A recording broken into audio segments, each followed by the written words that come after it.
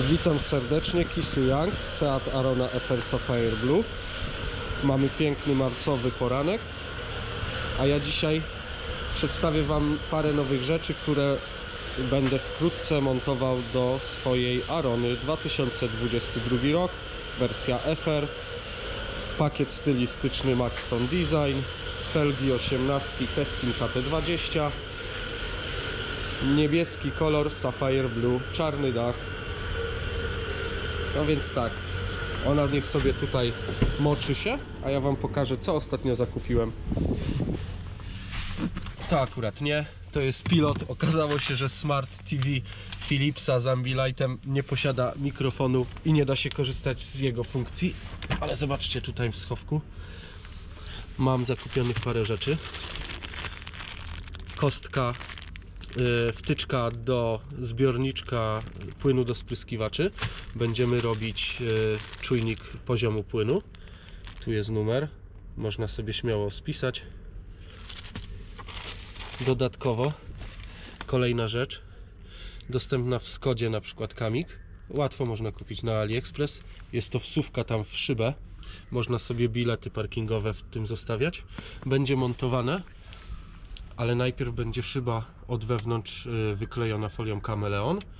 Jest to folia antyrefleksyjna, i oczywiście również przeciwsłoneczna. Dobierana w ten sposób, że nie obniża przezroczystości szyby. To jest kolejna opcja. Następna rzecz to są dwie dodatkowe kostki do wtyczki zapalniczki. Jak wiecie, u mnie jest trochę inaczej przerobione. Tutaj mam schowek z zaślepką i zapalniczka też ma swoją zaślepkę, bo mam jeszcze drugie wyjście. Będzie to zrobione na oryginalnych kostkach. Czekam jeszcze na dostarczenie mi dodatkowej kostki chyba idzie z Hiszpanii, o ile pamiętam. To są kostki męskie, a potrzebuję jeszcze jedną żeńską i będziemy ją montować. Dodatkowo, jak widzicie, jest wyjęty OBD11. Przed chwilą zakodowałem sobie predykcyjny tempomat. Tak, dobrze słyszeliście, PACC, dostępny również w Seacie Arona. Jakie są warunki do tego, żeby działało? Na pewno Travel Assist, na pewno pojemnościowa kierownica, na pewno nawigacja fabryczna Seat Connect. Ok, dlaczego będę zmieniał te kostki? Już Wam pokazuję.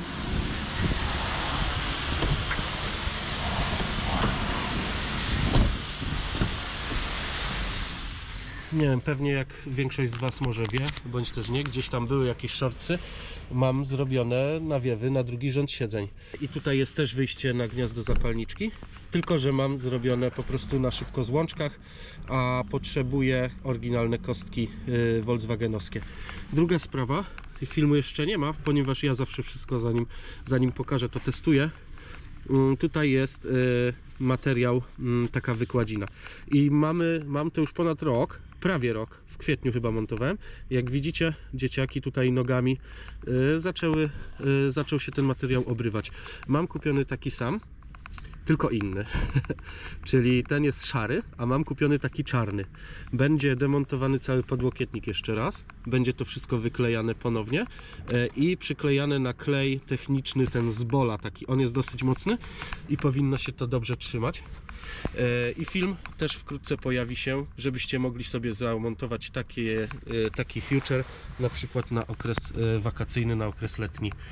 Mam fajny future. Dodatkowo, oprócz Travel Assist, który zamontowałem sobie tutaj w samochodzie, zamontowałem już, jak pamiętacie, pojemnościową kierownicę, ale dodatkowo ostatnio pojawiło się nowe kodowanie, a mianowicie mam predykcyjny aktywny tempomat, czyli PACC. Skończę sobie myć auto i wrócę do Was. Zrobimy sobie taki mały przegląd menu, jak wygląda dodatkowo predykcyjny aktywny tempomat i przejedziecie się ze mną króciutko, bez cięć. Dzisiaj taki odcinek poglądowy. W planach mam publikowanie jednego odcinka tygodniowo, mniej więcej będzie wychodził piątki bądź soboty. Zainteresowanie kanałem wzrosło, czekam już z niecierpliwością, aż osiągnie chociażby te 1000 subskrypcji. Chciałbym publikować na kanale częściowo filmy o Aronie. Mam duże zaległości, mam jeszcze filmy z zeszłego roku i future'y, które zostały zamontowane. Oraz będę publikował filmy z naszych wakacyjnych podróży. Widzę, że na to też jest duże wzięcie, bardzo dużym zainteresowaniem cieszą się moje filmy droga do Grecji, droga do Bułgarii w tej chwili. I myślę, że każdy znajdzie u mnie na kanale coś dla siebie. Tak więc ja nie przedłużam, myję auto i zaraz Wam pokazuję menu oraz predykcyjny, aktywny tempomat.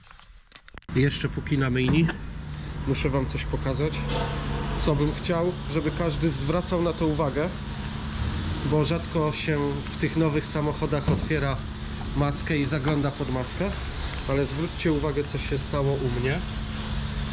I na szczęście jedynie brud pozostał, natomiast patrzcie, znowu pojawia się tu jakiś zwierz i sobie buszuje po osłonie silnika, tutaj po dolocie, wchodzi sobie przez turbosprężarkę i zostawia tutaj ślady, dochodzi aż dotąd. Dlaczego nie dochodzi dalej i nie widzę póki co na razie żadnych pogryzień? Wożę ze sobą tą kostkę Kunagon, ona była w październiku montowana. Ona wydziela zapach, jak dla mnie, ja to nazywam tak, mokrego psa. I widocznie ten zwierzak, który tu wchodzi, dochodzi do pewnego momentu, wyczuwa ten zapach i się cofa. Na razie nie widzę żadnych uszkodzeń, natomiast od czasu do czasu, mimo że auto nowe i nie trzeba tu zaglądać, warto zajrzeć i zobaczyć, czy nie potrzebujemy jakiegoś zabezpieczenia w formie właśnie jakiejś kulki. Tak więc zwracajcie na to uwagę. Dodatkowo, jak widzicie, trzymam klapę, a wkrótce będę montował tutaj siłowniki. Mam te siłowniki, pozostały mi po montażu elektrycznej klapy bagażnika, więc zamontuję je tutaj, ale to już w bardziej pogodnych warunkach, jak już wiosna w pełni będzie. Tak więc zwracajcie na to uwagę, bo może dojść później do takiego czegoś, że zostanie coś przegryzione i będzie trzeba jeździć po serwisach. Wiązki elektryczne nie są tanie. Wymiana może tak, ale same wiązki elektryczne naprawdę nie jest to tania rzecz. Uważajcie na to. Pokażę Wam, jacy asystenci występują w tej chwili w mojej Aronie. Jest to, tak, przypomnę, jest to wersja poliftowa FR 2022 rok. Mamy wirtualny cockpit, mamy 9,2 cala wyświetlacz infotainmentu wraz z nawigacją.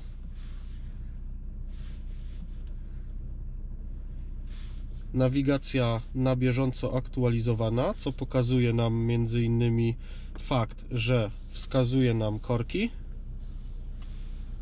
Dodatkowo, posiadając nawigację oraz pakiet asystentów L bądź XL, posiadamy również rozpoznawanie znaków drogowych. Znajduje się ono tu, jak również na zestawie wskaźników. Następnie przejdziemy sobie do asystentów. Są pod tym przyciskiem.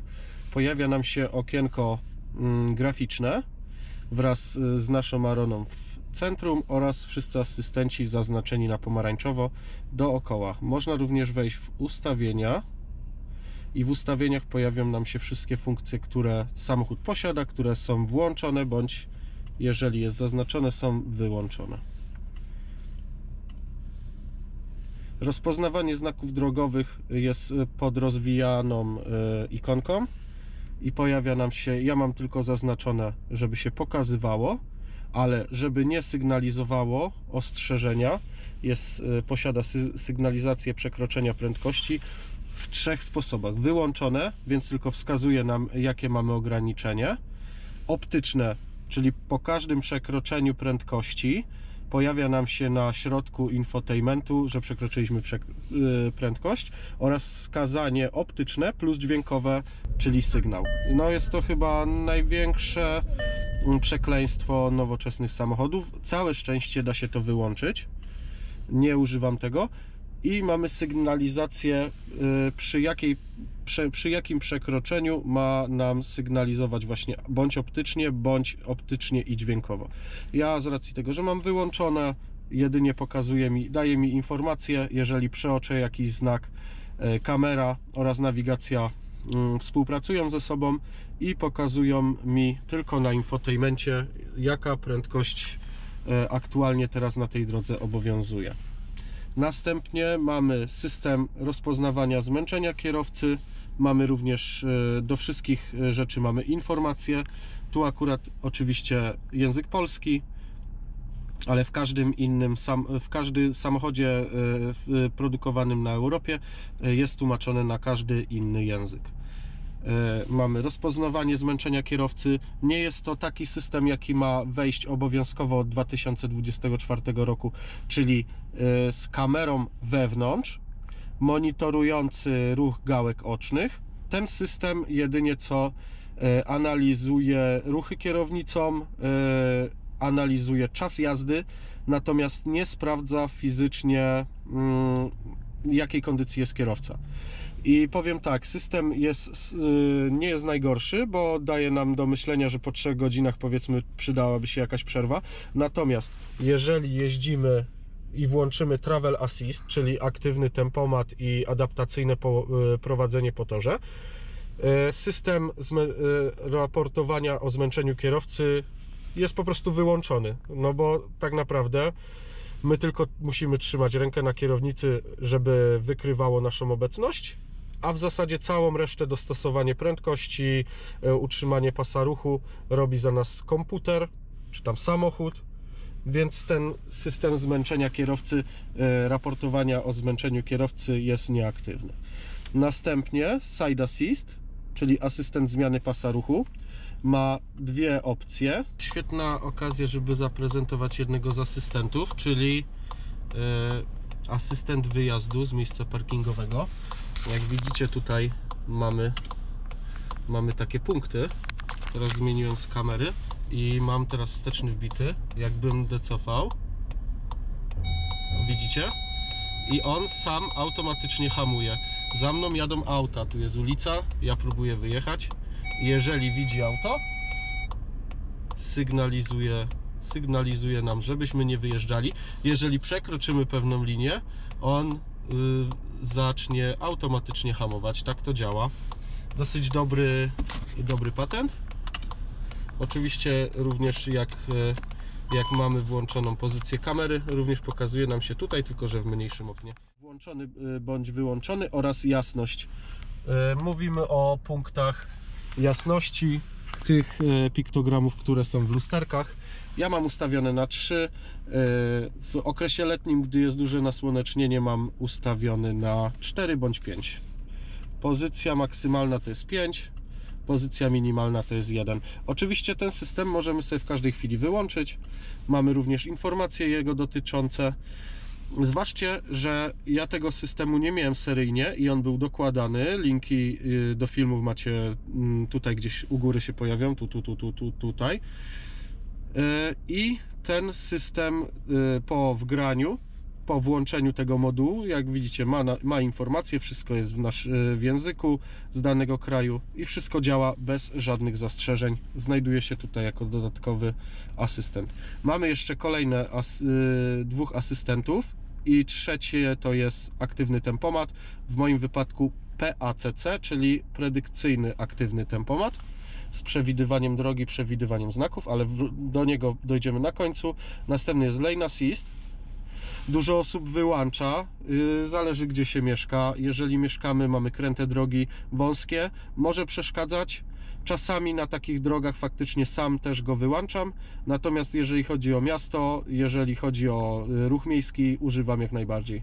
I u mnie dodatkowo oprócz Lane Assist, asystenta utrzymania pasa ruchu, mam włączone adaptacyjne prowadzenie po torze. A mianowicie po przekroczeniu 60 km na godzinę, bądź też po włączeniu aktywnego tempomatu, kamera, która znajduje się tutaj, wykrywa pas po prawej, jak i po lewej stronie i utrzymuje nas pośrodku tych pasów. Dodatkowo wibracja kierownicy, dotyczy to właśnie gdybyśmy zjeżdżali z pasa któregoś, kierownica delikatnie drży i jest wyczuwalny opór na kierownicy. Oraz mamy dodatkowo wybór siły ostrzeżenia, co oznacza, że jeżeli zjeżdżamy z pasa, najeżdżamy na linię, ma nam to wskazywać, z jaką siłą, z jakim oporem jaki opór ma stawiać kierownica. No i oczywiście informacje, czyli tak jak w każdym, proszę. Kolejny asystent, jest to front assist z asystentem ostrzegania przed pieszymi. I mamy tutaj do wyboru też kolejne funkcje. Front assist, czyli jeżeli my nie zareagujemy na hamulec, samochód pojawia się duży, na wirtualnym kokpicie pojawia się duży znak ostrzeżenia, żeby zacząć hamować. Jeżeli tego sami nie wykonamy, nie zareagujemy odpowiednio, on za nas naciśnie najpierw wstępnie hamulec, a później rozpocznie awaryjne hamowanie. I możemy wybrać, w jaki sposób on ma reagować. Mamy 4 pozycje. 4. pozycją jest zupełnie wyłączone ostrzeżenie przed przeszkodami. Następnie mamy również sygnalizację odstępu. Na którymś tam forum śmiałem się, bo jakiś właściciel Audi się pytał, co to za znaczki. Pojawiają się tutaj na wirtualnym kokpicie gdzieś na dole 2 samochody, jeden obok drugiego, ze strzałkami, wskazujące na to, że auto jadące przed nami jest zbyt blisko. I taką funkcję, zaśmiałem się, że taką funkcję w Audi powinno się wyłączać. Oczywiście Audi i BMW jak zawsze siedzą nam na samym tylnym zderzaku, więc ta funkcja prawdopodobnie świeci się na desce cały czas. Taki słaby dowcip. Oczywiście możemy ją włączyć bądź też wyłączyć. Ona nas informuje o tym bezpiecznym dystansie do poprzedzającego nasz samochodu. No i również mamy tutaj informację, którą można sobie zapauzować, przeczytać. I zmierzamy do ostatniego asystenta, a dokładniej zmierzamy do tempomatu aktywnego i predykcyjnego aktywnego tempomatu. To są 3 różne rodzaje tempomatów. U mnie akurat w samochodzie można wybrać każdy z nich. Mam go tutaj pod asystentami, tak. Pokrętłem wybieram i mamy Lane Assist, a tutaj mamy ACC, utrzymywanie prędkości oraz ograniczenie. Utrzymywanie prędkości to jest tempomat, ustawiamy sobie prędkość i on bez względu na to, czy jedzie coś przed nami, czy nie, dostosowuje sobie prędkość i z taką prędkością podróżujemy. Ograniczenie prędkości, ustawiamy sobie ograniczenie prędkości powiedzmy do 50 km na godzinę i ile nie wdusilibyśmy gazu w podłogę, z taką prędkością nie przekroczymy prędkości 50 na godzinę. No i mamy ACC, czyli aktywny tempomat. On również jest wspierany właśnie przez radar na przednim zderzaku, na przedniej kratce, i aktywny tempomat ma za zadanie dodatkowo, oprócz utrzymania prędkości, dostosowywać ją do poprzedzającego nas samochodu, czyli jeżeli coś przed nami jedzie wolniej, on zwolni i będzie utrzymywał bezpieczny dystans od tego samochodu do czasu, aż to auto nie zjedzie na bok, bądź też nie włączymy kierunkowskazu w lewo i go nie wyprzedzimy. Tutaj mamy przyciski ustawiania właśnie odległości. Ale wejdźmy tutaj w to menu, pokażę Wam, jak to wygląda. Ostatnio wybrana odległość i to dotyczy się właśnie tej opcji, o której Wam przed chwilą powiedziałem. Można sobie to wyłączyć i wtedy możemy decydować, jaka ta odległość od poprzedzającego nas samochodu jest. Bardzo mała, mała, średnia, duża, bardzo duża. Jeżeli jedziemy sobie spokojnie na dłuższą trasę, warto wybrać dłuższą odległość, wtedy będzie trochę bezpieczniej. Włączmy sobie tą funkcję i tutaj są 2 dodatkowe funkcje dotyczące predykcyjnego aktywnego tempomatu. Ma mianowicie reakcja na przebieg drogi i reakcja na dopuszczalną prędkość. Mówię, co to jest reakcja na przebieg drogi.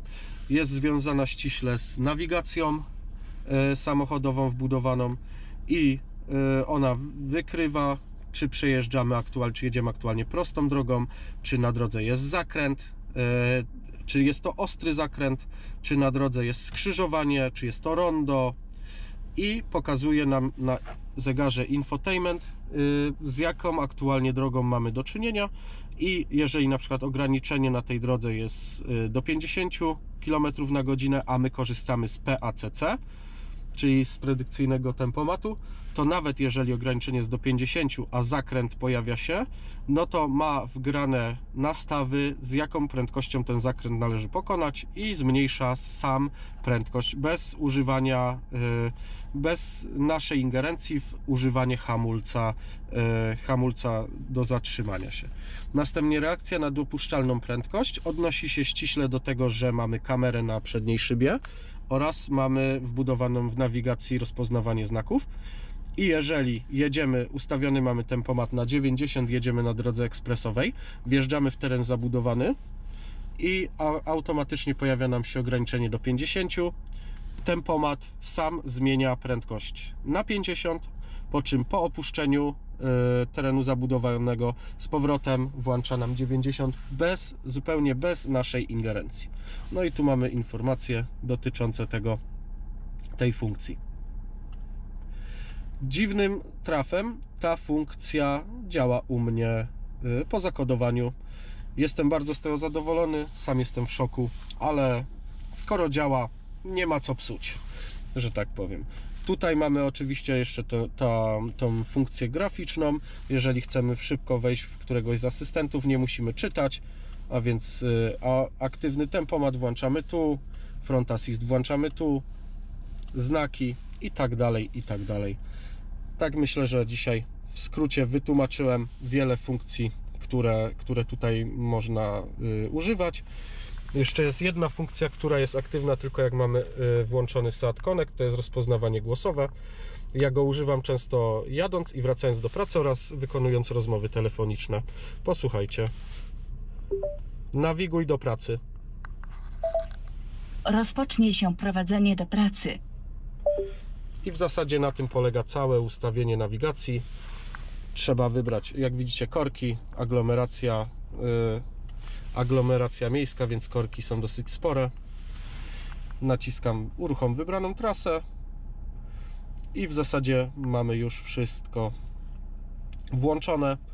Naciskając Travel Assist dostosowuje nam prędkość i w zasadzie tyle. To jak się podobało, jak chcecie więcej takich poradników albo opowieści o tym, jakie jeszcze funkcje można wyciągnąć z Seata Arony, zostawcie subskrypcję, lajka. Pozdrawiam serdecznie, trzymajcie się, cześć!